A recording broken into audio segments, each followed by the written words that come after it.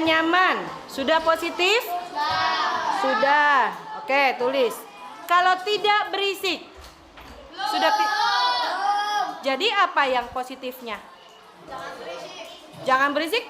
Positif. Udah positif? Masih negatif karena jangan, ada kata jangan. Masih negatif. Positif itu nggak ada kata tidak, jangan, nggak boleh. Jadi tenang. Tidak boleh berkata kasar. Apa tuh? Sopan. Oke, bagus.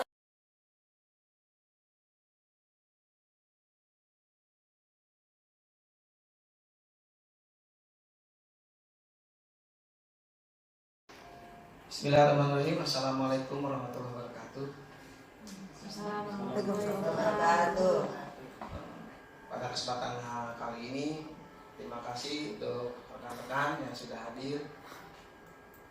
Hari ini kita mendengarkan paparan tentang budaya baik dari Ibu MDK sebagai CGP. Semoga apa yang disampaikan kita bisa contoh, kita terapkan di sekolah kita nanti. Kalau yang ingin bertanya silakan nanti tanya aja, tidak perlu malu-malu atau ragu-ragu. Semoga apa yang disampaikan nanti itu bisa Bapak Ibu terapkan di sekolah. Untuk itu saya ucapkan sekali lagi terima kasih untuk rekan-rekan yang sudah hadir.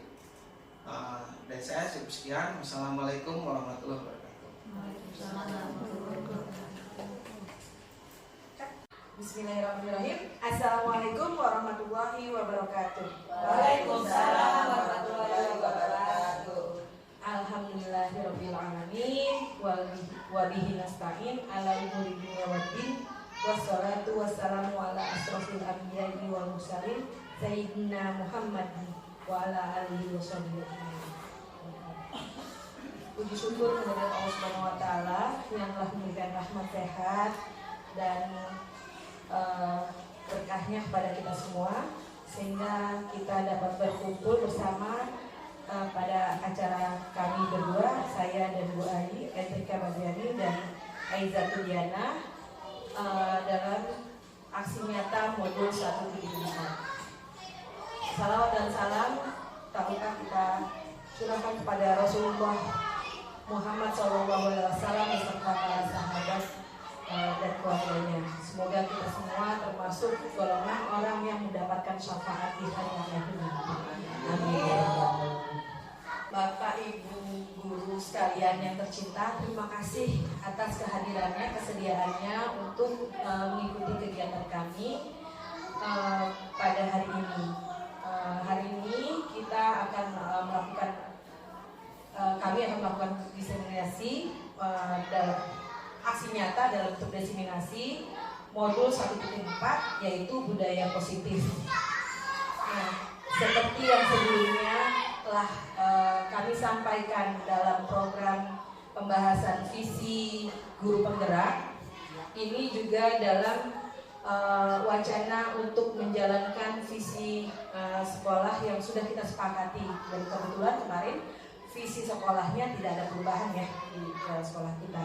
Nah, ini jalan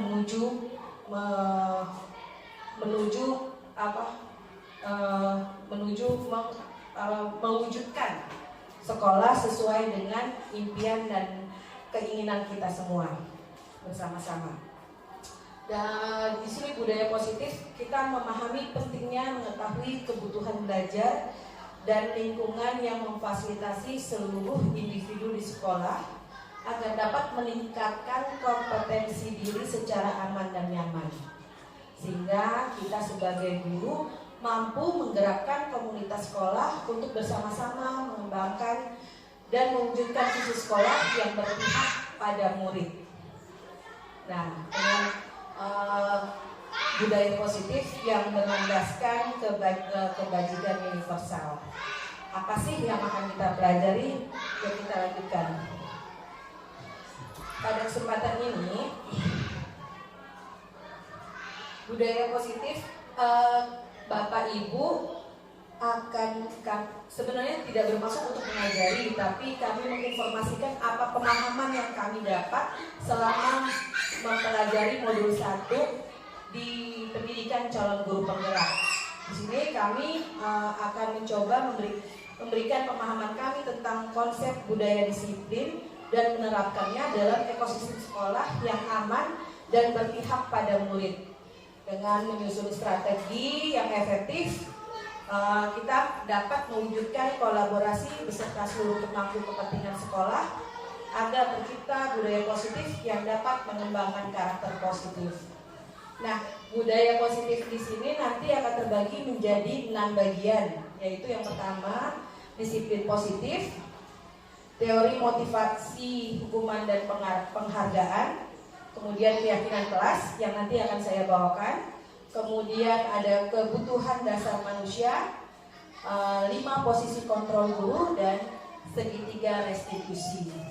Mungkin sebagian dari Bapak Ibu atau semuanya sudah pernah memahami ini karena memang ada juga di PMM ya, dari PMM. Tapi yuk kita sama-sama melihat dari point of view kami yang sudah menjalaninya dalam pendidikan calon guru penggerak. Yuk kita masuk ke disiplin positif. Apa sih disiplin positif? Nah, sebelum kita masuk ke disiplin positif, pemahaman ini untuk mengubah paradigma konsepsi kita tentang makna kontrol kita sebagai guru di sekolah. Kita tuh pertama itu kita membayangkan bahwa guru mengontrol siswa. Nah, kita lihat lagi nih ilusi bahwa semua penguatan positif efektif dan bermanfaat. Ilusi bahwa kritik dan membuat orang merasa bersalah dapat menguatkan karakter. Kemudian ilusi bahwa orang dewasa memiliki hak untuk memaksa. Keempat, paradigma ini, konsep ini memang sudah kita mau nggak mau pasti kita jalani sebelumnya. Nah, dengan pemahaman-pemahaman yang akan Bapak Ibu terima hari ini, kami berharap ada perubahan paradigma tersebut, bahwa guru bukan pengontrol siswa. Guru tidak dapat memberikan, bukan guru, maksudnya kita tidak bisa menghukum siswa atau memberikan penghargaan siswa yang pada akhirnya akan berarti penghukuman buat mereka juga. Semuanya kita akan lakukan untuk proses pembelajaran yang berpusat pada murid. Di mana posisi kita, bagaimana tindakan kita.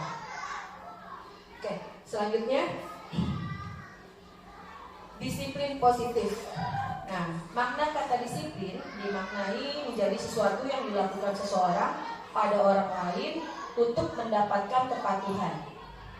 Hajar menyatakan bahwa untuk mencapai kemerdekaan atau dalam konteks pendidikan kita saat ini, untuk menciptakan murid yang merdeka, syarat utamanya harus ada disiplin yang kuat.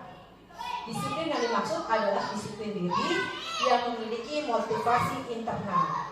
Nah, selama ini kita mendisiplinkan anak-anak, biasanya kalau anak-anak sudah tertib, sudah rapi, itu sudah disiplin. Tapi biasanya mereka disiplin kalau ada kita. Ganti aja gurunya, berubah anak-anaknya. Terus gurunya nggak ada, kita keluar sebentar, berubah kelasnya.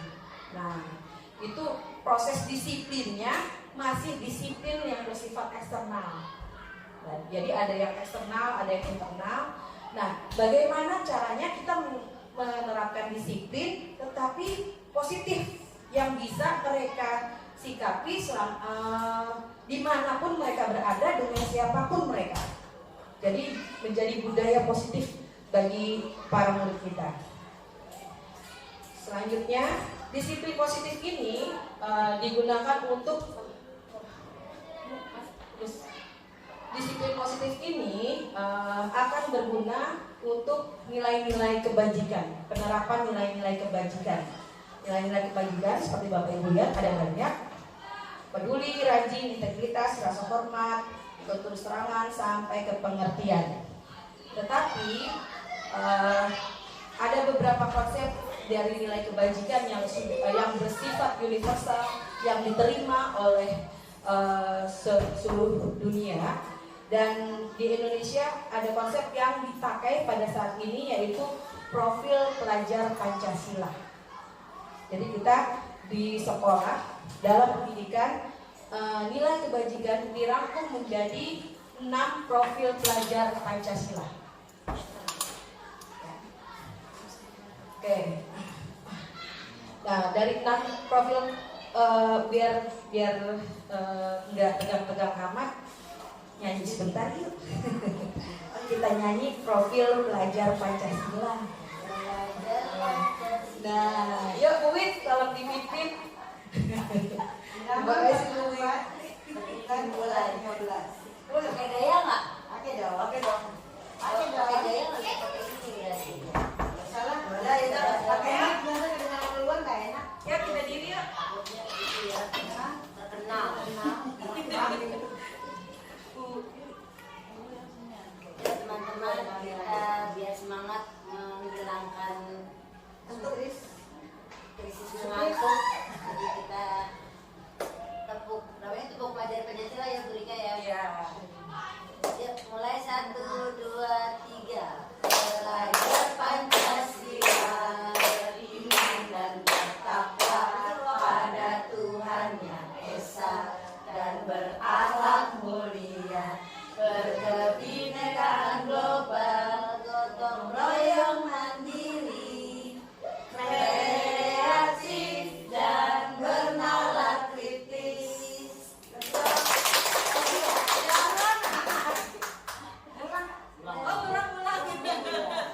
Kamu juga kreatif. Dia tuh kreatif. Coba saya Kreatif. Saya nggak kelihatan. Tadi yang mandiri begini. Mandiri apa tadi berarti? Tadi lupa. Ya. Pelajar Pancasila beriman dan bertakwa pada Tuhan Yang Esa dan berakhlak mulia, berkebinekaan global, gotong royong mandiri, kreatif dan bernalar kritis.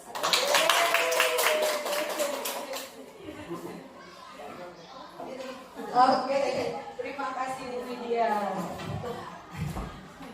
Oke, jadi di sekolah di Indonesia, disiplin positifnya dalam penerapan nilai-nilai kebajikan yang sudah terangkum di dalam profil pelajar Pancasila. Itu.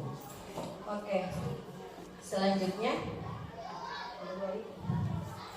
Nah, yang kedua, motivasi perilaku manusia. Seperti yang sebelumnya, disiplin anak-anak siswa-siswi kita, itu masih atas motivasi atau dorongan dari luar. Apa sih motivasi? Motivasi itu merupakan hal-hal yang mendorong manusia untuk melakukan tindakan tertentu untuk mencapai tujuannya. Gitu. Jadi motivasi anak-anak dalam disiplin, ternyata anaknya udah disiplin, tetapi motivasinya atas dasar yaitu untuk menghindari ketidaknyamanan atau hukuman, atau untuk mendapatkan imbalan atau penghargaan dari orang lain. Nah, untuk menghindari ketidaknyamanan atau hukuman itu seseorang berperilaku untuk menghindari permasalahan yang mungkin muncul dan berpengaruh kepada mereka secara fisik, psikologis, maupun tidak terpenuhinya kebutuhan mereka bila mereka tidak melakukan tindakan itu. Nah, untuk imbalan atau penghargaan dari orang lain, seseorang berperilaku untuk mendapatkan pujian, hadiah, atau imbalan dari orang lain yang menurut mereka penting dan mereka letakkan dalam dunia berkelas mereka. Kedua motivasi ini itu adalah motivasi eksternal dari luar. Nah, anak-anak kita pasti tahu ini dan kita pun bertingkah mengontrol seperti ini. Kita selalu memberikan pujian. Aduh, anak soleh, anak pintar, anak ini. Atau kita memberikan reward. Secara tak sadar, ketika kita memberikan reward, itu adalah penghukuman buat mereka. Karena ketika mereka akan melakukan sesuatu atas dasar pengen reward, pengen hadiah. Jadi kalau nggak ada hadiah, nggak ada itu, emang gue pikirin tuh. Nah, jadi kedua motivasi ini sebelumnya memang kita lakukan dan anak-anak kita lah tercipta seperti itu disiplin. Makanya kita suka heran, kok kalau di kelas disiplin ya tiba-tiba dapat berita dari luar, kenapa begitu? Nah, ternyata disiplin kalau ada kita. Bu, salam. Kalau di luar ketemu orang lain, orang tua yang lain, cuek aja. Nah, yang ketiga, untuk menjadi orang yang mereka inginkan dan menghargai diri sendiri dengan nilai-nilai yang mereka percaya. Orang melakukan sesuatu karena nilai-nilai yang mereka yakini dan hargai. Nah, motivasi ini akan membuat orang mempunyai disiplin positif karena motivasinya bersifat internal. Nah, dengan perubahan paradigma ini, kita harapkan kita dapat menciptakan motivasi yang dari dalam sendiri, dari kesadaran, istilahnya kesadaran diri lah. Aku pengen pinter karena aku pengen jadi sesuatu nantinya. Begitu. Jadi kita belajar ini bukan lagi untuk mendisiplinkan anak karena takut sama kita, tapi karena kesadarannya mereka. Jadi mereka ada di kelas, kita bisa tinggalkan, mereka akan tetap tertib karena apa? Dengan keyakinan mereka. Dengan tertib, belajar jadi lebih tenang. Dengan tertib, mereka jadi lebih nyaman di kelas. Seperti itu. Oke, next.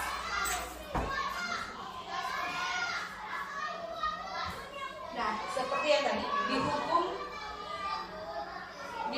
karena penghargaan. Nah, seperti yang saya bicarakan sebelumnya, bahwa kadang-kadang penghargaan itu menjadi hukuman bagi anak-anak kita. Karena ketika kita memberikan penghargaan, kita memberikan pengaruh jangka pendek maupun jangka panjang. Maksudnya, jadi kalau kayak itu tadi, jadi mereka melakukan sesuatu karena ada imbalan, karena ada bayaran. Kemudian ada penghargaan tidak efektif. Ya, dihukum karena penghargaan, membuat penghargaan tidak efektif lagi. Kalau dia semakin besar, imbalan yang kita kasih satu buah beng-beng, kalau sudah besar, buat apa beng-beng?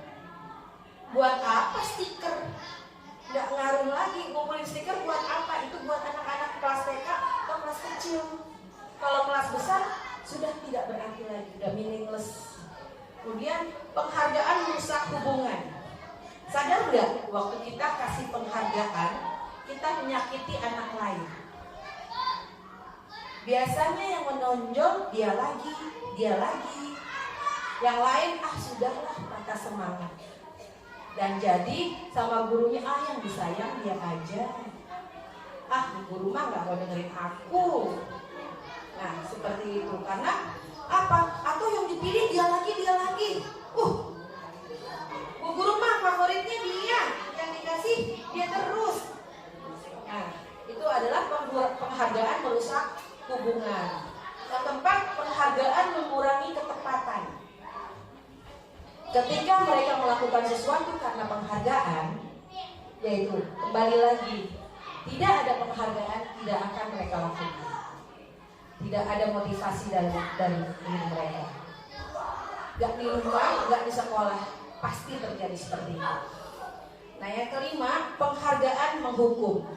Nah, apabila kita lakukan ini, kembali lagi, kita bukannya memberi penghargaan ke anak, tapi malah kita menghukum mereka karena mereka melakukan suatu kebajikan, tapi karena sesuatu, bukan karena dirinya. Nah, itulah yang disebut dihukum karena penghargaan. Next. Selanjutnya. Nah, oleh karena itu terbentuklah yang namanya keyakinan kelas. Bagaimana kita menciptakan disiplin positif di dalam kelas kita dengan membuat keyakinan kelas. Sebelumnya kita cuma sampai level kesepakatan kelas ya. Pasti semua kelas punya kesepakatan kelas. Ya, dari peraturan yang kita buat bersama anak-anak dengan kesepakatan anak-anak dan sanksinya pun, konsekuensinya pun anak-anak yang pilih. Nah itu baru sampai level kesepakatan kelas ternyata. Sekarang kita akan membentuk yang namanya keyakinan kelas. Karena keyakinan kelas bersifat lebih abstrak daripada peraturan yang lebih rinci dan konkret. Nah, keyakinan kelas berupa pernyataan-pernyataan universal. Dengan keyakinan kelas ini bisa mencakup segala sesuatunya. Pernyataan keyakinan kelas senantiasa dibuat dalam bentuk positif. Kemudian keyakinan kelas hendaknya tidak terlalu banyak sehingga mudah diingat dan dipahami oleh semua warga kelas. Keyakinan kelas sebaiknya sesuatu yang dapat diterapkan di lingkungan tersebut. Semua warga kelas hendaknya ikut berkontribusi dalam pembuatan keyakinan kelas lewat kegiatan curah pendapat. Kemudian bersedia meninjau kembali keyakinan kelas dari waktu ke waktu. Jadi keyakinan kelas ini kita bentuk sesudah kita membuat kesepakatan kelas. Jadi nanti ada tahapan-tahapannya. Jadi kita minta anak-anak gimana menurut kalian kondisi belajar yang kalian inginkan dalam kelas? Pasti akan ada muncul satu-satu. Tertib bu, bersih bu, nyaman, aman, nggak bohong bu, nggak ngata-ngatain nama bapak bu. Nah itu apa? Kita tampung semuanya. Tampung jadi satu, kemudian nanti kita akan buat kalimat positifnya. Karena kita berusaha memberikan hal-hal positif kepada anak, kita usahakan tidak memberikan dengan kalimat negatif. Otomatis ya udah jadi naluri anak-anak, udah kodratnya yang namanya kata jangan, kata-kata negatif, larangan itu akan dilakukan sebaliknya. Tapi ketika kita memberikan dengan hal positif, insya Allah mereka akan lebih positif lagi. Itu udah kodratnya anak-anak dari lahir. Kayak kita aja dibilang jangan, kita malah kepo, ya kan? Kita malah kepo, malah pengen tahu kenapa dilarang, kenapa begini. Nah itu ini anak-anak. Jadi kita buat dengan kalimat positif. Dari situ kita akan saring mana dari kesepakatan yang telah kita saring itu dibuat kalimat positif itu yang bisa menjadikan satu. Jadi satu, misalnya kita nggak punya contoh dulu. Nah, contoh keyakinan kelas. Nah, ini di kelas 1 contohnya setiap anggota kelas perlu belajar. Nah, dari perlu belajar ini kan berarti nggak ada yang ngobrol, nggak ada yang nyontek, gitu, ya kan? Jadi cuma ini aja. Setiap anggota kelas perlu senang. Jadi nggak ada yang ngeledekin, nggak ada yang ngatain. Kenapa? Kalau dikatain kan sedih. Gitu. Jadi semuanya harus senang, harus happy. Kalau dia jahil, kan nanti dia dimarahin. Dia nggak senang deh kalau dimarahin. Yang ketiga, setiap anggota perlu melakukan tugas. Setiap anggota melakukan tugas, berarti nanti yang PR atau tugas belum selesai, yang melambat sambil ngobrol, tidak menjalani keyakinan kelas yang ini. Semua anggota kelas perlu melakukan tugas. Nah, berarti dia melanggar. Gitu. Nanti kita kembalikan lagi. Nanti ada caranya. Bagaimana caranya supaya anak kembali lagi? Oh, aku melanggar keyakinan kelasku. Dia sadar sendiri. Kita nggak perlu menghukum. Nanti akan dilanjutkan oleh Bu Ani. Selanjutnya untuk kelas 5 juga begitu. Selalu bersifat positif. Senantiasa menjadi diri yang terbaik. Bisa melakukan sesuatu, jadi jangan ini benar nggak ya, dia harus berusaha dulu. Karena kelas 5 levelnya berbeda ya. Jadi nggak harus sama. Di tiap tingkatan itu pasti berbeda-beda. Tergantung kebutuhan kelasnya. Karena dalam membuat keyakinan kelas ini, kita akan melihat kebutuhan anak-anaknya. Jadi percaya dan menghormati orang lain serta barang miliknya. Nah ini contohnya nggak ngatain nama-nama bapak. Biasanya ya kalau dari kelas 5 tuh lagi in yang ngatain nama-nama bapak, atau ngatain fisik, atau minjem yang sudah serasa miliknya, balikinnya main lempar aja. anak kelas 5. Jadi dengan percaya dan menghormati orang lain serta barang miliknya itu udah tercakup semuanya. Jadi nggak perlu banyak-banyak. Kalau peraturan biasanya kan makin lama makin banyak. Nah, ini keyakinan kelas aja. Berkomitmen terhadap setiap tugas dan senantiasa membantu. Dengan 6 keyakinan kelas ini, insya Allah anak-anak bisa menjalankan disiplin positif dan mereka juga bisa menghafalnya, nggak banyak-banyak, mereka bisa paham. Oke, nah untuk menjalankan ini semua kita perlu tahu posisi kita. Ini kan untuk anak-anak ini semua. Kita perlu tahu posisi kita perlu tahu bagaimana kita bertindak. Kita juga harus tahu gimana nih anak-anak, kita harus bisa baca anak-anak kayak seperti apa. Nah, selanjutnya nanti akan dibahas oleh Ibu Aiza Tudiana.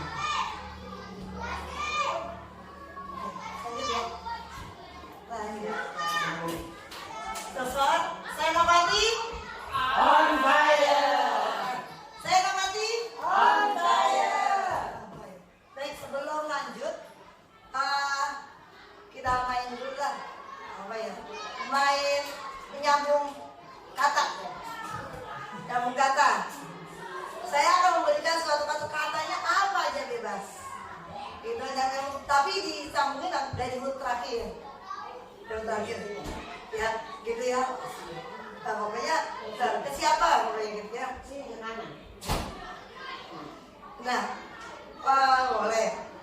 Jadi kalau saya bilang saya memberikan gitu, nanti misalkan memberikan buku, belakang buku kan, berarti pas itu misalnya saya minta murai, nanti murai bilang saya akan memberikan uang, nanti belakangnya huruf G cari huruf G gitu, oke? Ya, kata aja kata, oke? Maknanya ada Huruf terakhir kata. kata, pokoknya kata aja, apa aja. Oke, siap ya? Baik, saya akan mulai. Saya akan memberikan kucing kepada Ibu Dewi. Indah sekali. Kucing. Saya akan memberikan kucing kepada Ibu Dewi. Gigi. Saya akan memberikan gula kepada Sulika. Saya akan memberikan anggur kepada Pak Firdaus. Saya akan memberikan racun kepada Bu Anggun. Saya akan memberikan nangka yang manis sama Bu Lydia. Jadi gimana nih? Manis apa? Manis. Nangka. Pakai nangka yang manis. Manis. Satu kata apa banyak kata sih sebenarnya? Saya akan memberikan susu kepada Bu Rai. Oh gitu. Saya akan memberikan uang yang banyak untuk Bu Yuli. Uangnya saya berikan kambing dah.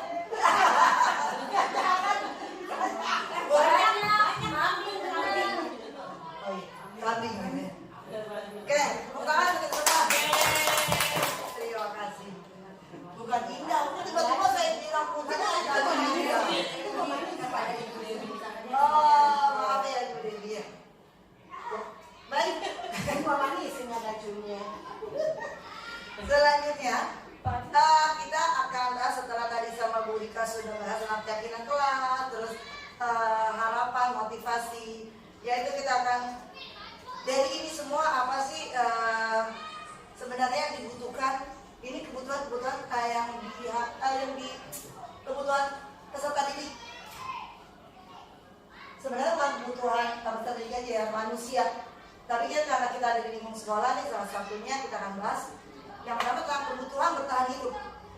Setiap manusia pasti butuh bertahan hidup. Untuk hidup, kita butuh makan, butuh berumah-rumah, terus berkeluarga gitu ya. untuk meneruskan generasi kita gitu kan. Itu salah satu kebutuhan untuk bertahan hidup. Kemudian yang kedua ada kebutuhan akan cinta dan kasih sayang. Itu ya, cinta dan kasih sayang. Kita butuh, pakai tadi ada keluarga, ini udah ya. Kita ada suami, butuh nggak suami? Butuh. Nggak mungkin kita ada suami. Iya, kita semuanya pakai pasti akan berusaha ya, nggak butuh. Nggak gitu maksudnya. Pasti akan mencari gitu kan kebutuhan biologis kita gitu. Nah dari sini ada kebutuhan cinta dan kasih sayang. Kemudian ada kebutuhan penguasaan, pengakuan atas kemampuan seseorang. Jadi ini di siswa juga ada, mereka juga butuh. Namanya mereka manusia ya, penguasaan. Yang keempat ada kebutuhan kebebasan. Mereka bebas memilih. Kayak misalkan mereka mau nggak dipaksa. Lu saya nggak suka gambar, saya sukanya mewarnai. Ya udah gitu. Itu kan kebebasan anak. Kebutuhan kesenangan sama juga untuk merasa senang. Ketika mereka bebas melakukan, mereka akan merasa senang biasanya. Nah di sini ada, kalau ada surat cerita, Bimo seorang anak TKB selalu berlari keluar kelas menuju jalan raya di depan sekolahnya yang ramai dengan kendaraan, yang ramai kendaraan. Tingkahnya menurut guru Bu Adi bingung dan seringkali lari mengejarnya. Ada beberapa kemungkinan jawaban yang diberikan Bimo ngapain sih lari-lari mulu gitu ya. Nah, identifikasi kebutuhan yang ingin dipenuhi oleh Bimo jika respon Bimo seperti ini. Kita jawab sama-sama. Yang pertama misalnya ini, ibu kejar aku karena ibu guru sayang aku. Kira-kira kebutuhan apa yang diulang? Kasih sayang. Ada isinya kasih sayang. Yang kedua, aku hebat kan, bisa bikin ibu guru kejar aku. Penguasaan ya. Dia berbahasa enak, gurunya ikutin dia. Aku bosan belajar mewarnai terus di dalam kelas. Apa? Aku senang apa bebas? Bebasan. Di sini aku senang main kejar-kejaran dengan ibu guru, seru. Nah, itu kesenangan. Ya, ini kesenangan. Iya. Jadi ada kebutuhan hidup. Jadi kalau di anak-anak jangan bilang, kamu gak ikut peraturan tadi ya kita ngomongin. Ternyata memang sifatnya anak saya seperti itu. Dijangankan anak TK yang diceritain, jadi anak SD pun juga kayak gitu, ya kan? Selanjutnya, nah dari tadi kebutuhan dasar, kita punya posisi kontrol kita. Karena kontrol itu ada, kamu susah banget diatur kadang gitu ya. Tapi ternyata seharusnya kita punya yang namanya posisi kontrol untuk diri kita. Di sini ada 5 posisi kontrol yang ini wajib atau yang harus kita tanamkan sebenarnya dalam diri kita semuanya. Yang di sini nih. Ada yang pertama hukum. Nah ini nih maksudnya ada macam-macam, tapi ada nanti satu yang harusnya kita sudah sampai di sana. Biasanya kita tuh masih posisi kita tuh ada mau hukum kayak gini. Patuhi aturan saya atau awas ya, gitu awas ya. Nah itu kita termasuk orang dengan posisi kontrol penghukum. Terus kamu selalu saja salah, selalu 4L gitu kan, selalu terakhir. Terus guru itu bisa nantiasa percaya hanya ada satu cara kalau pembelajaran bisa berhasil, itu caranya kita. Pokoknya ikutin cara saya. Nih hukuman, ada hukuman, peraturan kayak gini, hukumannya ini dia yang bikin, gurunya yang bikin. Nah itu salah satu posisi kontrol seorang pendidik yang menghukum. Yang kedua ada posisi kontrol pembuat merasa bersalah. Nah ini juga sering kita gitu ya, ibu sangat kecewa sekali. Padahal kayak kita rasa kita udah gak menghukum nih, udah mulai enak gitu ya. Ternyata kita masih di sekali kayak gini, pembuat merasa bersalah. Ibu sangat kecewa sekali dengan kamu. Nah sering kan ngomong gitu, ya kan? Kita tuh ternyata itu masih belum positif gitu. Terus berapa kali Bapak harus beritahu kamu ya, kita ngingetin lagi. Itu juga masih belum positif. Gimana coba kalau orang tua kamu tahu kamu berbuat begini? Itu juga sering kita ngomongin. Kayaknya kita ngomong itu ternyata kalimat-kalimat ini yang membuat anaknya itu merasa bersalah gitu. Nah, posisi yang ketiga ada posisi menjadi teman. Nah ini juga, ini udah mulai nih, kita banyak ya, kita udah biasa sama anak-anak bercanda gitu. Ayo bantulah demi bapak ya, kalau anak-anak tolong bantu ya gitu ya. Itu kayak kita sama teman. Terus ada juga kalimat, ayo ingat tidak bantuan bapak selama ini gitu. Kalau nanti deh nggak apa-apa, nanti dibantuin, nanti diberesin, nggak apa-apa nanti dibantuin yang punya gitu. Ternyata tuh itu kayak kalimat teman. Ternyata itu masih belum bisa untuk menumbuhkan budaya positif. Karena anak masih udah gampang lah, cuma dari kalau udah kayak teman akhirnya menjadi kayak apa? Songong gitu ya, kayak gitu, kurang sopan. Kelihatannya asik gitu. Yang keempat ya, dimulai ya, udah mulai fokus nih, pemantau. Kalau kita nanya, emang peraturannya apa sih? Coba kamu pikir gitu kan. Terus apa yang telah kamu lakukan gitu, sanksinya, konsekuensinya apa? Kayaknya kesannya pada kita nggak mau hukum nih, konsekuensinya kan mereka yang buat. Tapi ternyata kita tuh masih belum juga memberikan positif untuk peserta didik kita. Nah yang kelima nih, posisi yang harusnya sudah kita mulai biasakan, yaitu posisi manajer. Dimana posisi ini contohnya misalnya apa yang kita yakini, kan tadi kita udah bikin keyakinan kelas. So, kita kalau ada anak bersalah tinggal balikin lagi, ayo keyakinan kelas kita apa gitu. Kan keyakinan kelas tidak ada konsekuensi ya, kita cuma bikin kalimat positif tanpa konsekuensi. Jadi tinggal tulisin aja. Nah udah bener loh. Jadi itu biar itu terus menjadi budayaan untuk diri dia kan. Kamu yakin nggak apa yang kamu yakini? Jika kamu yakininya, apa kamu bersedia memperbaikinya? Gitu. Kalau apa keyakinan kelasmu? Tadi ya, contohnya apa? Belajar dengan tertib tadi ya. Gitu ya. Terus, apakah kamu sudah sesuai sama keyakinan itu? Misalkan dia belum. Nanti kita cari deh begitu solusinya. Nah, di sini apa rencana kamu untuk memperbaiki hal ini? Itu yang harusnya diterima posisi kontrol ini. Tujuannya adalah untuk mencapai posisi manajer, di mana posisi ini siswa dapat menjadi pribadi yang mandiri, merdeka, dan bertanggung jawab atas segala perilaku dan sikap yang pada akhirnya dapat menciptakan lingkungan yang positif, aman, dan nyaman. Nah, jadi kita usahakan udah mulai ini ubah tadi. Jangan suka jadi penghukum.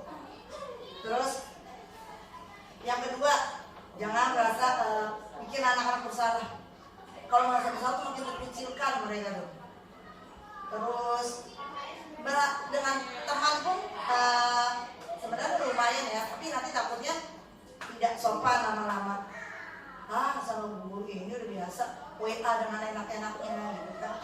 Mantap. Nah yang kita usahakan kita sebagai manajer agar budaya positifnya terus melekat pada peserta didik. Ini posisi kontrol restitusi. Ini ada kecil banget ya.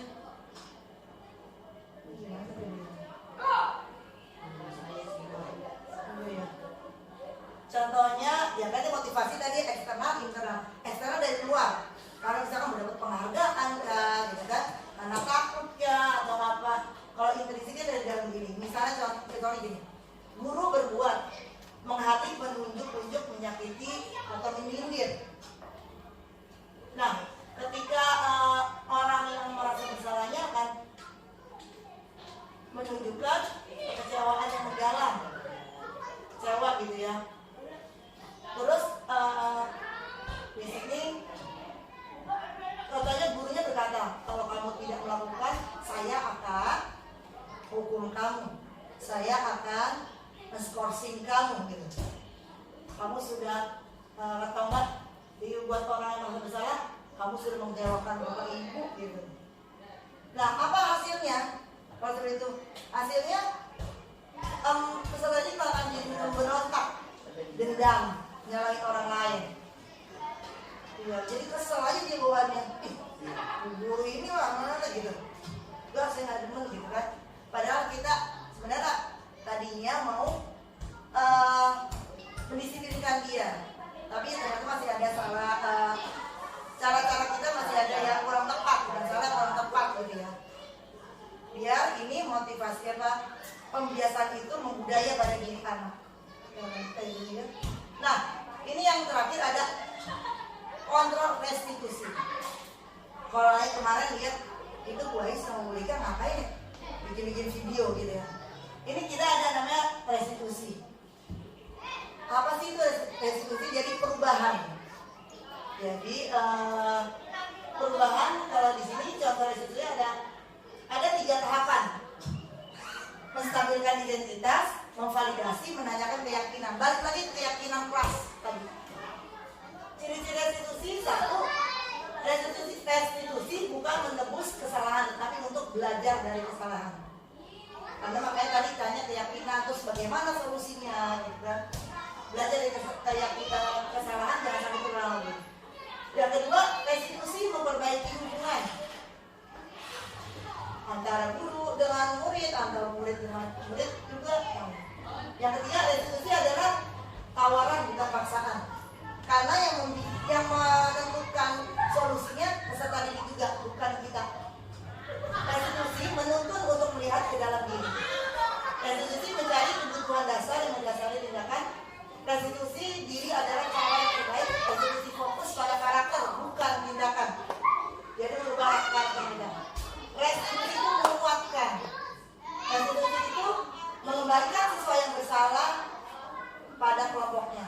Jadi bukan karena bersalah dia jadi minder, nggak mau. Gak, saya kan udah pernah salah sama mereka. Saya nggak mau lagi berteman, saya dikucilkan, karena saya dikatain lagi. Ini jadi ada langkah-langkahnya. Di sini langkah-langkahnya menstabilkan. Tadi ada 3 langkah. Menstabilkan identitas. Berbuat salah, hadirin kalian gini, berbuat salah itu nggak apa-apa karena banyak orang yang berbuat salah.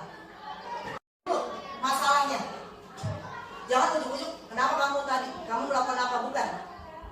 Tapi kita stabilkan dulu, kita redam dulu dari mereka yang merasa takut ketika dipanggil misalkan ya ke ruang BP atau apa. Tapi kita jelaskan, oh setiap manusia pernah punya kesalahan kok, tidak apa-apa gitu kan. Bapak juga pernah melakukan kesalahan atau ibu juga pernah melakukan kesalahan gitu kan. Tapi kan nah di sini kita cari solusinya. Setelah menstabilkan anaknya udah redam, udah nggak ketakutan, kita aja ngomong lagi validasi. Benar nggak nih? Validasi itu kita memvalidasi perbuatan dia. Benar nggak dia tadi misalnya habis mukul teman atau habis nendang teman tadi ya cerita di kelas 5. Benar nggak? Nah caranya gimana?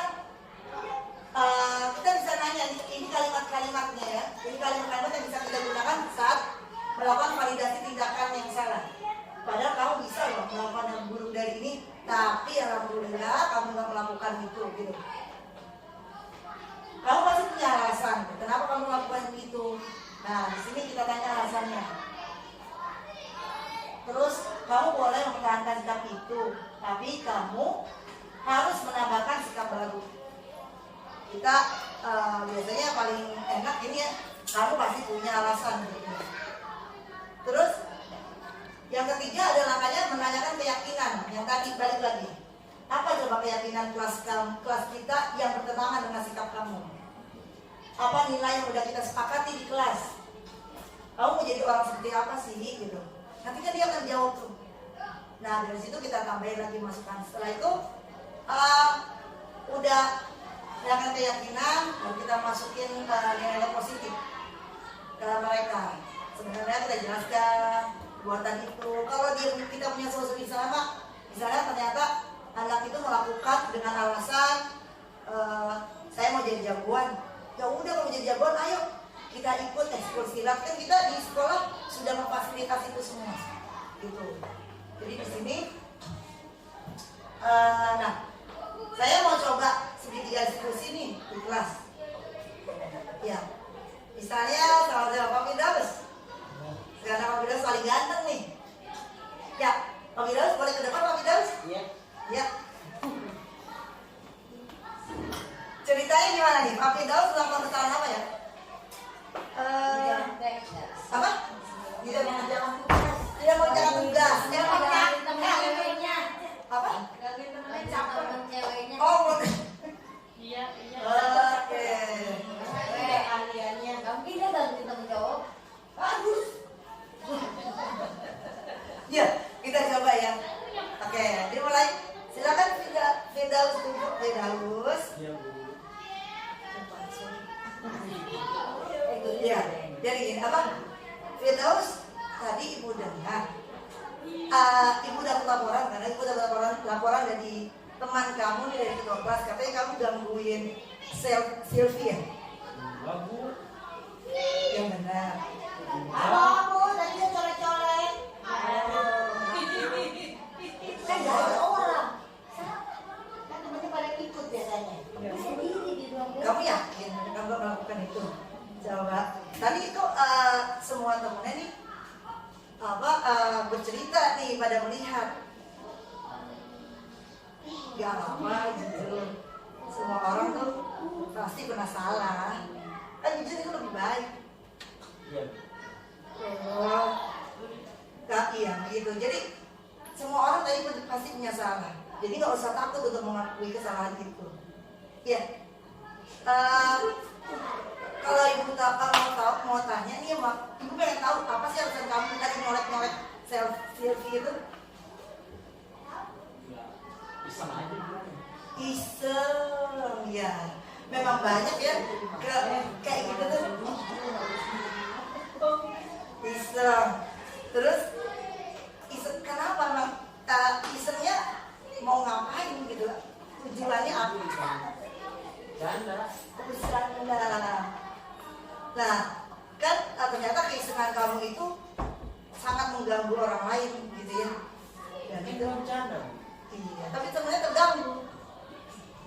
Nah, itu salah satu kesalahan. Kalau bercanda sama-sama temennya seneng gitu modelnya bercanda, ya nggak apa-apa, itu kan ketawa bahagia bersama. Jadi tapi yang satu tidak terima. Jadi itu termasuk kesalahan. Nah, kira-kira menurut Firdaus, ini kan kita udah punya keyakinan kelas tuh di dalam kelas ya. Apa yang keyakinan kelas yang bertentangan sama kamu gangguin teman? Bikin nyaman. Nah, harusnya kan nyaman dalam kelas. Ayo, kan keyakinan kelas. Ya, kita harus yakin agar terbiasa sama kamu, gitu. Ya, ya. Oke. Terus untuk kedepannya ibu minta jangan diulang lagi, ya. Jadi, jangan diulang lagi perbuatan itu, karena itu ternyata tidak. Ketika kamu nyaman, kamu senang, tapi buat orang lain belum tentu senang. Ya, kita terapkan keyakinan di kelas kita. Terus kira-kira setelah ini apa yang akan Firdaus lakukan terhadap Sylvie atau terhadap teman-temannya yang liatin? Minta maaf. Baik ya. Sama teman-temannya mau minta maaf juga ya? Kalau dengan rusuh juga di kelas. Asal musik doang. Oh, teman-temannya udah merasa terganggu karena temennya nggak ada. Bisa ya, tapi oke, udah sama Sylvie aja ya. Minta maaf ya. Oke, solusinya nanti. Pribadi itu sendiri. Ya baik. Nanti sama ibu. Nanti kamu gangguin Sylvie lagi. Ya, nanti ibu temenin deh untuk kita mau sama Sylvie. Oke? Iya. Lo yang tahu sama Sylvie. Oke? Makanya nanti akan ditemani sama Bu Guru. Oke? Terima kasih Firdaus ya sudah datang dan menemani ibu. Silakan kembali ke kelas. Oke. Ya, mungkin seperti itu. Jadi kita udah mulai menerapkan. Kalau kemarin tadi ada cerita anak katanya, kalau di kelas 5 ada yang tendang. Nah, mungkin nanti gurunya bisa memulai kayak gini, tanyain dulu apa alasannya. Terus stabilkan dulu. Nggak apa-apa kok, orang juga melakukan kesalahan. Nggak ada orang yang sempurna, gituin dulu. Jadi dia stabil, adem, dia udah tenang nih, gitu kan. Oh, gue nggak merasa disalahkan nih, gitu kan. Kayak habis itu kita tanya, alasannya apa sih kamu lakukan itu? Nggak, bu, bercanda doang, iseng ya tadi. Tapi daus gitu ya. Biasanya kan gitu anak-anak iseng, bercanda bu, awalnya dia doang. Oh iya. Kemudian kita kasih ingatkan keyakinan yang sudah kita buat. Setelah itu mencari solusi dari perbuatan yang sudah dilakukan anak tersebut, gitu. Ya, mungkin itu silakan kalau ada teman yang mau menambahkan, kita sama-sama diskusi. Ada yang mau ini tanya atau apa? Nah, ini mungkin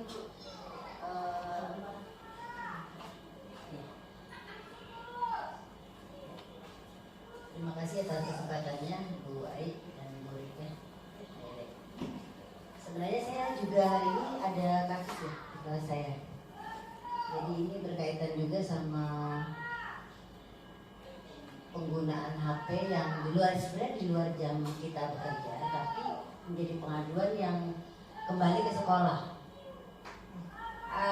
Kesulitannya sebenarnya saya temukan adalah tadi itu karena di luar jam sekolah otomatis biasanya saya kan selalu mengusahakan apa yang terjadi di jam sekolah ini untuk saya lokalisir dengan anak-anak langsung yang berhubungan dengan kejadian atau kasus yang terjadi, dan berusaha untuk tidak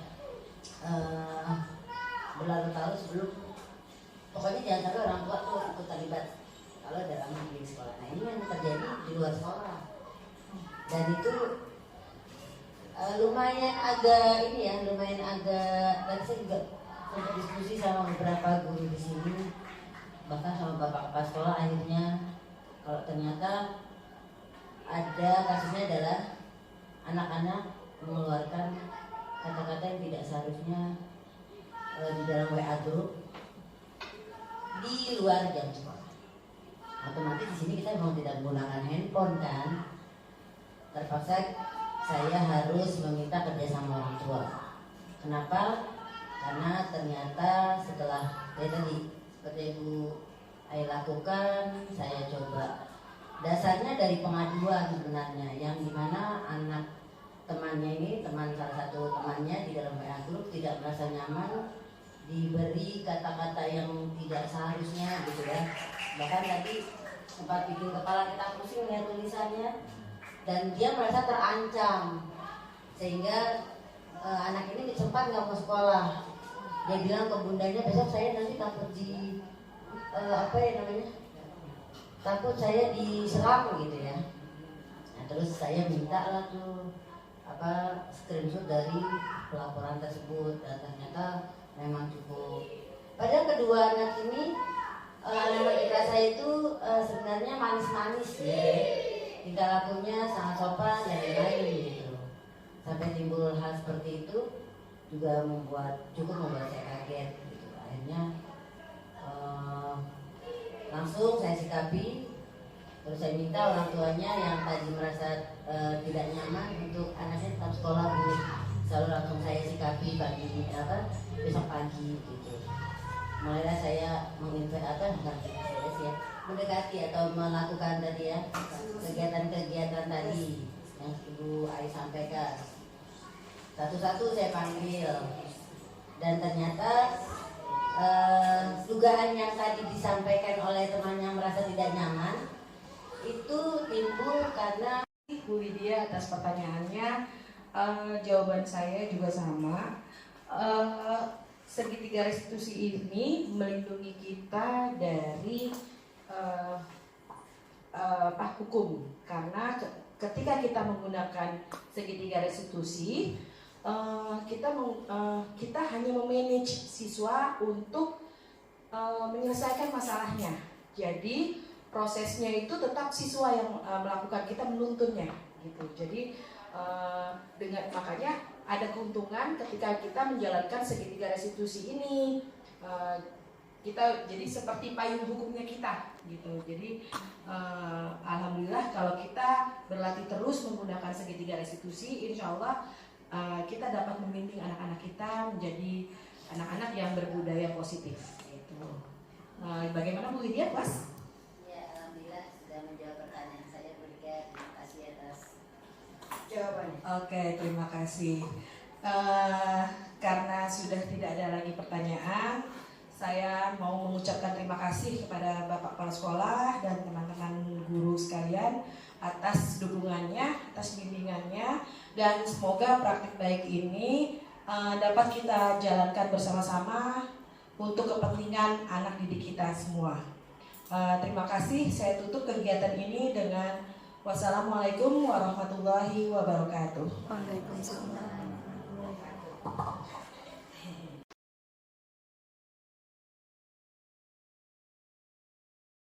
Assalamualaikum warahmatullahi wabarakatuh.